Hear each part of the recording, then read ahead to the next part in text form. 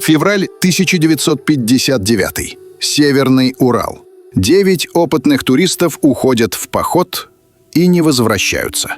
Их найдут замерзшими, в сотнях метров от палатки, раздетыми, с необъяснимыми травмами, без следов борьбы. Что заставило их бежать на верную смерть? Лавина? Секретное оружие? Нечто необъяснимое?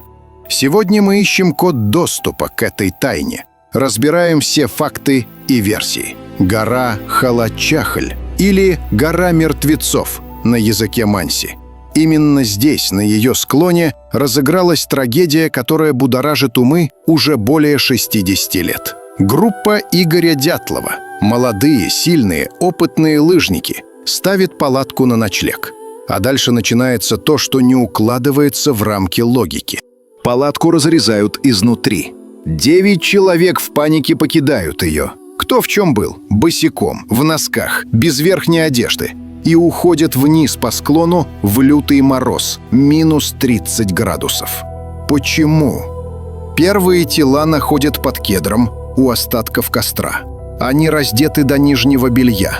Затем находят еще 3 на пути обратно к палатке. Они явно пытались вернуться. И лишь спустя 2 месяца, когда сходит снег, во овраге обнаруживают последних 4.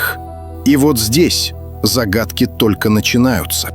У 4 из оврага страшные внутренние травмы. Переломы ребер, проломленный череп. При этом никаких внешних повреждений. Эксперты сравнивают эти травмы с последствиями сильного удара, как при автомобильной аварии. Но откуда такой удар в глухой тайге?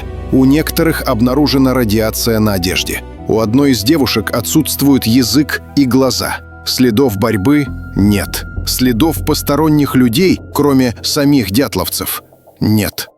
Официальное следствие закрывается с формулировкой «Причиной гибели явилась стихийная сила, преодолеть которую туристы были не в состоянии».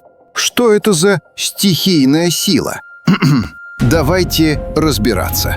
Самая официальная и простая. Сход небольшой, снежной доски. Мог напугать туристов, заставить их разрезать палатку и бежать. А травмы получены при падении во враг. Но почему палатку разрезали? Они вышли через вход. Почему ушли так далеко вниз? Откуда такие тяжелые внутренние травмы без внешних повреждений у тех, кто был во овраге? Почему опытные туристы поставили палатку на лавиноопасном склоне, хотя он таковым не считался? Слишком много «но».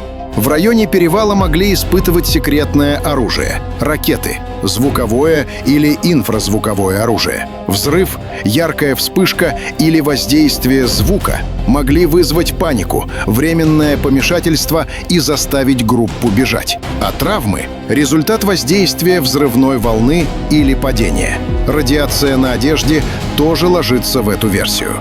Но никаких официальных подтверждений испытаний в этом районе нет. Следов взрыва или осколков не найдено. Почему военные, если они были причастны, не убрали следы более тщательно? Кто мог напасть? Беглые заключенные? Местные жители Манси? Или даже снежный человек? Но беглых заключенных в этом районе не было. Манси были дружелюбны, и характер травм не похож на их методы. Версия с Йети — это уже из области фантастики. Хотя некоторые пытаются объяснить странные следы и травмы именно так. Главное, нет следов борьбы. Огненные шары в небе, которые видели другие люди в ту ночь в том районе. Инфразвук, вызывающий панический ужас. Редкое природное явление. Когда логика бессильна, рождаются самые невероятные теории. Но доказательств ноль. Только догадки и попытки связать несвязуемое. Так что же убило группу Дятлова? Спустя десятилетия единственно верного ответа так и нет. Каждая версия имеет свои сильные стороны и свои нестыковки. Возможно, это была цепь трагических случайностей. Небольшой сход снега, паника, дезориентация, мороз. А возможно, мы никогда не узнаем всей правды. И гора мертвецов навсегда сохранит свой секрет. Код доступа к этой тайне пока не найден, но поиск продолжается.